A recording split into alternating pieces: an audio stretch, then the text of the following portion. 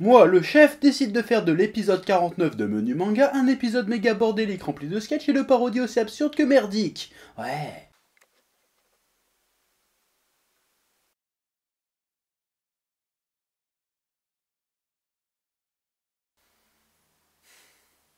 Quoi? Bon bah là en fait je cherche des idées pour l'épisode 50 mais je trouve rien.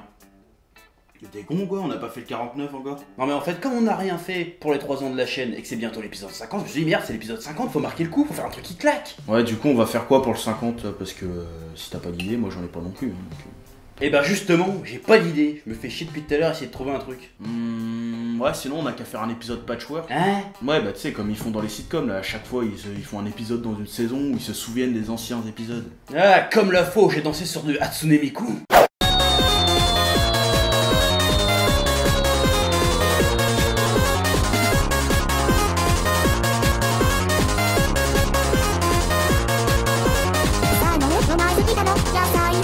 Ouais, ou la fois où on s'est battu contre des Pokémon zombies.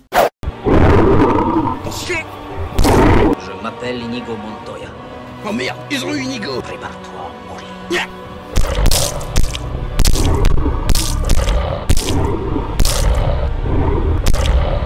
Putain, commence à me briser les Pokéballs ceux-là. Ouais. Petit chef, écoute-moi. Ouais, je t'écoute. Si jamais on s'en sort pas, ça voudra dire qu'on sera mort. Ouais, plutôt crever que de mourir. Hein? On s'en fout. Banzai. Ou la fois où on a fait exploser un chat moche dans l'espace. Miaou. Lol. Ouais, ou la fois où tu voulais écrire l'épisode 50 et que t'avais plus d'idées. Quoi? Ouais non, c'est vraiment une idée de merde en fait. Sinon on peut toujours faire revenir des persos secondaires qu'on n'a pas vus depuis longtemps aussi. Bien le bonjour, jeune mongolien. Sleep. C'est un peu une idée de merde. Mais du coup, on sera payé quand même ou pas? Sleep. Ouais bon, au pire on peut faire un épisode avec des caméos. Yo, salut les sashimi, c'est Lucas. Comme je suis jamais dans les pages tendances de YouTube, je me suis dit aujourd'hui, bah pourquoi pas squatter une vidéo du chef.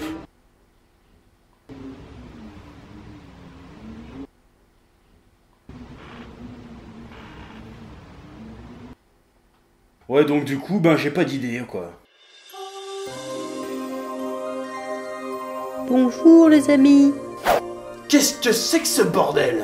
je suis la volonté suprême de l'univers et je viens vous aider à trouver des idées. Ouais mais pourquoi? J'adore votre émission et comme j'ai absolument tous les pouvoirs et que je peux façonner la réalité, je viens vous filer un coup de main. Donc alors que le monde traverse sans doute une de ses plus graves crises depuis le début de ce siècle, avec des guerres, des terrorismes, des famines, des crises environnementales, la volonté suprême de l'univers vient nous aider, nous, deux pauvres cons qui font des vidéos sur internet. Oui. Cool. Ouais bah vas-y, propose des idées alors. On pourrait faire un top 25 des meilleurs Kamehameha dans des BZ par exemple. Fous-moi le camp. Mais non, j'ai plein d'autres idées. On pourrait faire une théorie sur le One Piece. Petit chef, va me chercher mon fusil. Oui. Ou alors je peux vous montrer les vidéos que vous faites dans l'infinité des réalités alternatives constituant le multiverse et peut-être que ça pourra vous inspirer. Moi c'est pas mal ça. Ouais c'est vrai, bon on n'a qu'à faire ça. Et pendant le voyage, vous pourrez peut-être en profiter pour parler d'Excel Saga. Ouais ok. Allons-y, fondu au blanc cosmique.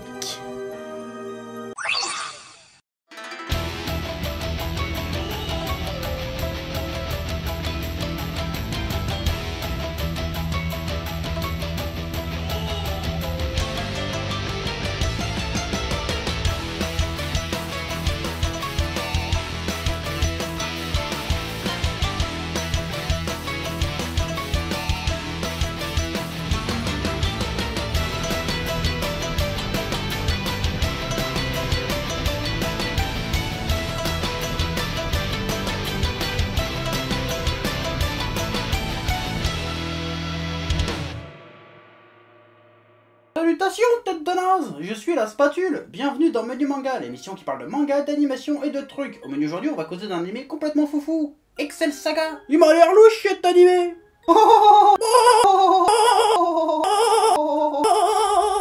Excel Excel Saga, et que c'est le saga de son titre original, est à l'origine un manga de Koshi Rigdo. Koshi Rigdo qui est un auteur issu du milieu du doujinshi, les mangas amateurs japonais, qui contrairement à la conscience populaire, ne se résume pas qu'à des détournements porno satanistes des héros de ton enfance. Bref, le manga a été prépublié dans le magazine Young King Ours de l'éditeur Shonen Gaosha de 1996 à 2011, pour un total de 27 volumes. Malheureusement, ont seulement été édités en France les 8 premiers tomes, parce que la boîte qui les éditait alors, Kabuto, rien à voir avec le Pokémon ou la Tarlouse à lunettes de Naruto, est une maison d'édition qui a disparu à la fin des années 2000. Si Excel Saga a pu un jour atteindre nos contrées françaises, c'est avant tout grâce à son adaptation animée de 26 épisodes, réalisée en 1999 par Shinichi Watanabe, aucun lien de parenté avec Shinichiro Watanabe, et produit par le studio JC Staff, le studio responsable de Bakuman ou Food Wars pour donner dans le récent. Les jeunes cons de ma génération ont sans aucun doute aucun découvert cet animé ainsi que plein d'autres super cool comme GTO, FMA Monster ou encore Samurai Champloo grâce à une petite émission en clair sur Canal+, La Case, une des dernières émissions consacrées à l'animation japonaise sur une grande chaîne. Aujourd'hui tout le monde s'enjaille sur Bloqué, mais nous à l'époque on avait Bertrand.com, puis surtout il y avait ce présentateur d'ébène, chevelu et enjôleur, Yannick Zico, qui nous a malheureusement quitté en 2012. Et tu sais quoi mon Yannick? Cette vidéo t'est dédiée. RIP in peace motherfucker.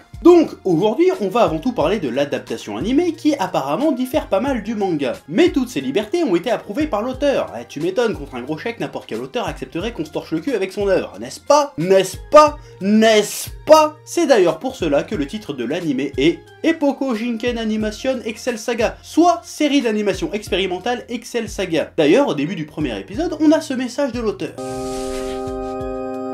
Moi, Koshi Rigdo, m'engage par la présente à accorder une liberté totale à l'équipe responsable de l'adaptation animée de la série Excel Saga que j'ai créée, et à ne pas introduire de plainte ni de réclamation auprès de quiconque, quel que soit le produit final. De toute façon, le manga est devenu introuvable. Putain, même l'animé est introuvable sur le net. C'est pour cela que j'ai acheté ce coffret DVD collector, parce que le piratage, même si c'est gratuit, c'est pas bien. Oui? Et là, tu te demandes très certainement de quoi ça parle. Eh ben, pour le savoir, faudra venir mon puis après, je vais te sucer ta grosse et je vais bien avaler tout ton parce que je suis ta Ah! Attention, résumer Excel Saga est un exercice compliqué. Ça va aller vite, alors il va falloir te concentrer. Prêt? C'est parti. Excel, une jeune fille aussi attardée qu'hyperactive, vient de terminer ses études. Elle décide de s'engager dans l'organisation secrète Acros, dirigée par son unique membre, Il Palazzo, un espèce de pseudo-dictateur qui aime les saluts nazis et les héros gays. Le but d'Acros, conquérir le monde. Of course! Mais en commençant par la ville de F-City. Il envoie donc Excel accomplir tout plein de missions nazes. L'une d'elles consiste à bosser sur les chantiers pour ramener du fric à l'organisation. Comme c'est une grosse attardée, elle cause accidentellement la mort de son ami Pedro, un immigré colombien venu au Japon tenter de gagner de quoi nourrir sa famille. Grâce à la volonté céleste, son esprit est transporté en Colombie, où il découvre que sa femme s'est déjà remariée avec son meilleur ami. S'ensuit pour lui une longue agonie à errer dans les limbes et voir sa famille totalement l'oublier. Entre temps, des aliens venus de Mars, les Puchou, une race de peluches trop mignonne, tentent d'envahir la ville de F-City. Excel les en empêche et libère Hayat, une princesse martienne atteinte d'anémie, qui meurt autant de fois que Kenny meurt dans South Park. Elle jure allégeance à Acros et devient la supérieure d'Excel, ainsi que sa colocataire. Le voisin d'Excel tombe amoureux d'Hayat, et pour la séduire, tente de devenir fonctionnaire avec ses potes. Sauf que son directeur est un taré qui veut détruire Acros et qui les transforme en Super Sentai. Parallèlement, on suit aussi les aventures de Nabeshin, un espèce de mix entre Lupin 3, Spike et Ryo Saiba, qui cache des bazookas dans sa coupe d'afro, qui fait plein de trucs qui n'ont aucun sens mais qui sont classe. Et il y a aussi Benshin, petite chienne recueillie ou plutôt kidnappée par Excel pour lui servir de repas de secours en cas de disette. Et il y a aussi deux cyborgs créés par un scientifique très probablement pédophile. Et là tu te demandes très certainement pourquoi j'ai choisi de te parler de cet animé. Déjà pour sa douce saveur nostalgique, qui me ramène à un temps où le mot bonheur se conjuguait au présent. C'est pas un verbe de ce mongol. C'était un temps de jeunesse, un temps d'insouciance. C'était un temps, mes amis, où le temps ne comptait pas. Et aussi parce que c'est cool. Ouais. Et là tu te demandes très certainement, mais pourquoi c'est cool? Eh ben petit 1, tu te calmes, sinon je t'encule si fort que ton haleine va sentir la bite. Et petit 2, je vais te le dire. Je trouve que cette émission manque de profondeur. LOL. Excel Saga est un putain d'ovni intersidéral sorti du trou du cul de Satan sous crack. C'est absolument n'importe quoi. Le maître mot de cet animé réside dans son titre, expérimental. Qui dit expérimental dit expérience. Et non seulement cette série est bourrée d'expérience, mais en plus elle nous en fait vivre une expérience. Ouais. Putain, je suis persuadé que ta phrase avait un sens profond, mais en fait pas du tout. Je dirais même que c'était assez pauvre en fait. T'es un qu'un con en fait. Sale merde. Bonjour mes petits toxicos et bienvenue dans cette dégustation avec le chef et le petit chef et Skouma. Ouais, ça va être trop bien, aujourd'hui on va déguster de la bonne cocaïne de Colombie. Ça va être super, spécial dédicace à Pablo. Hein Tom, tu connais les bails. Voilà. N'oubliez pas, vous pouvez passer commande sur le site Candy Coke. Hein, n'hésitez pas à utiliser le code promo chef10. Voilà, vous aurez une petite réduction, ça va être sympa. Alors on va pouvoir déguster cette bonne cocaïne. Alors pour ce faire, il faut du matériel. D'abord une bonne carte de crédit. Hein, là c'est une gold card parce que voilà on pèse un petit peu donc c'est normal. Hein, avec laquelle on peut faire une petite trace à part comme ça, voilà, hop, ça c'est beau. Et ensuite un petit billet de 50 € que vous roulez serré mais pas trop, sinon vous pourrez pas sniffer. Voilà, ensuite on va pouvoir passer à la dégustation. Ouais. Oh la pute elle est bonne. Oh je lui mettrais bien un 5. Toi tu mets combien petit chef? 5. Oh putain. Oh la vache. Ah, c'est du très bon produit, hein. Vous pouvez en commander plein, vous serez pas déçus. Bah je crois qu'on a tout fini. Que passe? Je crois que Skouma a fait une overdose. Je pense qu'il est décédé. Voilà, alors à bientôt pour une nouvelle vidéo. Comment se débarrasser d'un cadavre encombrant. Bientôt sur la chaîne. Planta! Plomo! Excel Saga est une expérience et ce à plusieurs niveaux. La première, c'est déjà de par sa nature même une expérience en matière d'adaptation. Prendre le parti d'adapter une œuvre en s'octroyant la liberté de la triturer, de la refaçonner ou même carrément de la réinventer à tel point que les deux œuvres soient complètement distinctes est un véritable pari artistique. Surtout dans la chape animation où bonne adaptation rime souvent avec fidélité. De cette première expérience en découle une seconde, une expérience narrative. Et quand je dis que la narration de cette série est expérimentale, c'est un doux euphémisme. La plupart des épisodes n'hésitent pas à briser les règles élémentaires de narration, jouant avec celle-ci à volonté, n'hésitant pas par exemple à briser le quatrième mur à outrance et parfois aller même plus loin, jusqu'à intégrer l'équipe de production de l'anime à la trame de l'histoire, notamment le personnage de Nabeshin, dont le nom n'est que la contraction de Watanabe Shinichi, le réalisateur de la série. Et comme en plus les personnages ont conscience d'être dans un anime, c'est très vite le chaos. On suit donc l'histoire de personnages qui savent qu'ils sont des personnages écrits par des mecs qui écrivent leurs propres personnages en train d'écrire sur des personnages. On pourrait légitimement se dire que tout ça n'a absolument aucun sens et doit donner un capharnaüm scénaristique infernal, et qu'il est sans doute quasi impossible de s'immerger dans le récit. Oui, parce que jouer avec les règles élémentaires de narration c'est bien beau, mais ces règles sont pas là à la base pour faire joli. Ces règles correctement utilisées sont le ciment de toute œuvre. C'est ce qui fera qu'on croira à l'histoire, qu'on s'immergera dans l'univers, qu'on croira au personnage, bref, qu'un récit quel qu'il soit fonctionne. Je sais pas si vous avez remarqué, mais je suis gros. Et je sais pas si vous avez remarqué, mais quand vous êtes gros, et ben des fois les gens ils se moquent de vous et vous disent des choses pas très gentilles hein, quand même. Mais moi depuis le temps j'ai développé des contre-attaques. Ouais de toute façon t'es tellement gros, je suis sûr t'arrives même plus à voir ta bite wesh. Ouais mais au moins je vois pas la sale gueule de ta mère quand t'as viens me sucer la queue. Abonne-toi. Excel Saga, en s'affranchissant de quasiment toutes les règles de narration, prend le risque d'être totalement imbitable pour le commun des mortels. Mais deux idées changent la donne. La première, l'auteur Koshi Rugdo est aussi un personnage de la série, qui apparaît à chaque début d'épisode et parfois même pendant. Son personnage apparaît pour expliquer et ou valider le changement d'orientation, de ton et d'autres trucs que va faire l'anime. C'est un peu facile, mais ça permet de faire comprendre au spectateur que ce qu'il va voir aura sans doute absolument aucun rapport avec ce qu'il a vu avant, et aucun rapport avec ce qu'il verra ensuite, et ainsi donner à la série un caractère anthologique. Bon, pour les secpotes du fond de la classe, on va expliquer vite fait ce qu'est une série anthologique. C'est une série qui rassemble des récits qui n'ont a priori aucun lien entre eux, si ce n'est une thématique ou un genre en commun. L'exemple le plus célèbre, c'est la 4ème dimension, ou The Twilight Zone en américain. Il y a aussi les Contes de la Crypte et plus récemment la série britannique Black Mirror, qui parle des dérives des nouvelles technologies dans la société que je vous recommande vivement. Pour te donner envie, le premier épisode nous raconte comment le premier ministre britannique est obligé de baiser un cochon en direct à la télé. Si ça te donne pas envie, je sais pas ce qu'il te faut mon gars. Les premiers mots de Rugdo à chaque début d'épisode sont plus ou moins l'équivalent de la très célèbre intro de la 4ème dimension. Ouais. Si on considère Excel Saga comme étant une série d'anthologie, même si c'est globalement bordélique, les épisodes forment quand même une espèce de tout défini. Bonjour et bienvenue dans mon Draw My Life. Regarde, je dessine ça. Un bon gros doigt bien vénère tendu vers toi parce que qu'est-ce que t'en as à foutre de ma vie, espèce de gros bâtard. Moi je t'emmerde, moi je t'emmerde. Tiens d'ailleurs je vais pas dessiner ma life, je vais dessiner ta life à toi. Regarde, je dessine une grosse merde bien fumante avec des mouches et tout parce que t'as une vie de merde, parce que t'es qu'une merde. Tiens voilà, ça c'est ton tabouret, ça c'est ta corde. Va te suicider pauvre merde, sale bâtard, je t'encule. Abonne-toi. La seconde idée est tellement simple, tellement conne, tellement débilement couillue qu'elle en devient géniale. La volonté suprême de l'univers. Dans les 5 premières minutes du premier épisode, Excel meurt écrasée par un camion, et elle est immédiatement ramenée à la vie par la volonté suprême de l'univers, ou la volonté céleste, comme tu veux. La série instaure donc un Deus Ex Machina, et là je vais pas m'emmerder à t'expliquer c'est quoi un Deus Ex Machina, tu te démerdes. La série utilise donc un Deus Ex Machina qui est une des plus vieilles astuces scénaristiques du monde, mais en plus il l'utilise dans sa forme première, c'est-à-dire un dieu qui débarque pour régler tous les problèmes de l'intrigue. Normalement on utilise son Deus Ex Machina qu'une seule fois, et seulement dans le dernier acte d'une histoire. Dans Excel Saga, ils en ont strictement rien à branler, et n'hésitent pas parfois à utiliser ce Deus Ex Machina plusieurs fois dans un seul épisode. Ce sont des fous. De plus, la volonté céleste est elle-même un personnage à part entière dans la série, elle a son propre story arc et tout. Non seulement le personnage permet à l'univers de la série de faire régulièrement reset sur une scène random afin de remettre le scénario sur les rails, quand elle est partie trop loin dans le délire, et ainsi contrairement aux apparences d'instaurer une forme de continuité au sein d'un même épisode. Mais en plus, le Deus Ex Machina vivant, qui est la volonté suprême de l'univers, subit elle-même le cours du scénario. Elle subit l'influence d'Excel qui l'invoque à tout bout de champ pour s'affranchir du cours des événements décidés par les auteurs. Mais elle subit aussi le scénario que lui impose les auteurs dans la série,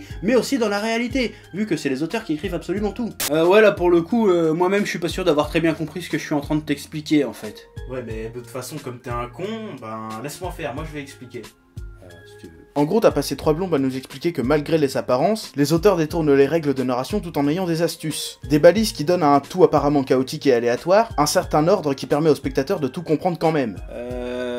Ouais, ça doit être ça, ouais. D'autant plus que tout ce bordel de faire genre c'est une série anthologique, c'est un petit peu bidon. Car en réalité, tous les épisodes sont liés, se suivent et forment une seule et même trame qui prend plus ou moins tout son sens dans les 2-3 derniers épisodes de la série. Et là, tu pourrais te poser cette question. Pourquoi s'emmerder à avoir l'air complètement chaotique si ça ne l'est pas vraiment? Déjà parce que c'est expérimental, donc les gars expérimentent une certaine manière de construire un univers et de raconter une histoire. Tout ce que je viens de t'expliquer en fait. Mais aussi, et surtout, pour profiter de cette liberté artistique quasi totale pour mettre en avant les travers du monde de l'animation. En effet, les personnages n'hésitent pas à dénoncer les situations clichés, le fanservice abusif, le fonctionnement interne des studios d'animation, le manque de moyens, le merchandising qui influe sur le contenu des animés, et ça se fout même de la gueule des fans d'animé et de manga, avec une certaine bienveillance, mais quand même. Et c'est là que selon moi Excel Saga devient super intéressant. C'est pas juste un animé qui parodie tous les genres d'animés différents, tout en étant blindé de références à la pop culture et de gimmicks rigolos et farfelus, comme les Mordayat et les Puchou. C'est une série qui déconstruit totalement tous les poncifs, règles et autres clichés des séries d'animation dans le but de se moquer des dites séries, mais aussi de l'industrie de l'animation dans son ensemble, en allant des créatifs aux producteurs jusqu'à la fanbase. C'est un animé qui, en dépit de tous ses efforts pour nous faire croire que c'est un ramassis de débilité fini à la pisse, est en réalité réellement porteur d'intentions autres que de nous faire rire. C'est un animé qui veut en réalité nous faire réfléchir sur ce que sont les animés et sur notre condition de spectateur et de consommateur d'animés. Excel Saga serait donc en fait une œuvre subversive. Je poursuivais mon enquête tranquillement dans cet appartement abandonné quand soudain une de mes caméras captura quelque chose d'absolument extraordinaire. Réaliser son trucage. Alors après, je vais être honnête, de son parti pris de départ, vraiment très perché, mais alors très perché, level Sylvain Pierre du Rif, alias le Grand Monarque, alias le Christ Cosmique, alias l'Homme Vert, alias Merlin l'Enchanteur. Putain, le mec a plus de pseudos que Puff Daddy et Snoop Dogg réunis. Ouais, non, maintenant c'est Didi et Snoop Lion. Je m'en bats les couilles. De par son parti pris ultra shaper, Excel Saga n'est pas un délire facilement accessible à tous. Certains épisodes vous feront délirer comme jamais, alors que vous trouverez d'autres chiants comme la pluie, voire même agaçants tellement vous pigerez rien. De plus, les 3 quarts du temps, l'animation est loin d'être ouf malade. En revanche, les musiques sont grave cool, surtout l'ending qui est putain de mythique. Excel Saga n'est pas un animé parfait, de par son statut d'expérimental, il ne peut pas taper juste à tous les coups. Mais je pense que c'est un anime à voir, car il est unique en son genre, unique dans sa forme, unique dans son humour, unique dans son propos, unique dans sa générosité et unique dans sa sincérité. Et en plus, la VF est loin d'être dégueulasse, certains diront qu'elle est même mieux que la VO. Moi je trouve que c'est kiff-kiff. Ouais. Bienvenue dans Clash of Chefs. Oh, je suis rogné. De toute façon, les fans de Sasuke, c'est tous des gros PD. Oui, c'est vrai. Bonjour, je suis blanc. Après, je pourrais parler pendant de très longues minutes de tous les gags et personnages tordants que cette série a à offrir. D'Abeshin qui planque des bazookas dans son afro, des Puchou qui meurent en se changeant en Golgo 13, des combats de robots débilement épiques, ou même te montrer ce qui est pour moi la scène la plus drôle de l'univers.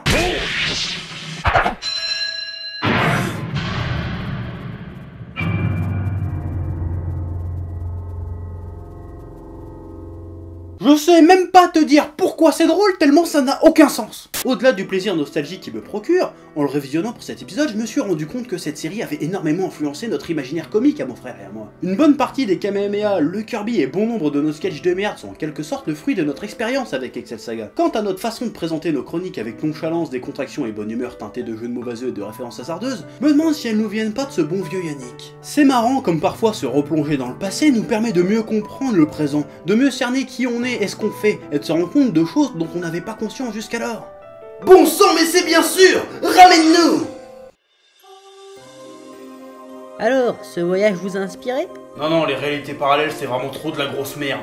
J'avoue. En revanche, parler d'Excel Saga, ça m'a rendu nostalgique. Et si justement pour le 50e, on jouait sur cette nostalgie? Ouais, un retour aux origines, genre on refait ce qu'on faisait avant dans les anciens menus manga. Quoi? Non, c'est pas ça le délire. Vu qu'on a plus d'idées nouvelles, on utilise la fibre nostalgique pour masquer le fait qu'on utilise de vieux sujets en fait. Un peu comme le fait Hollywood. Exactement comme le fait Hollywood. Je comprends pas là. Pour la 50e de menu manga, on va faire un reboot.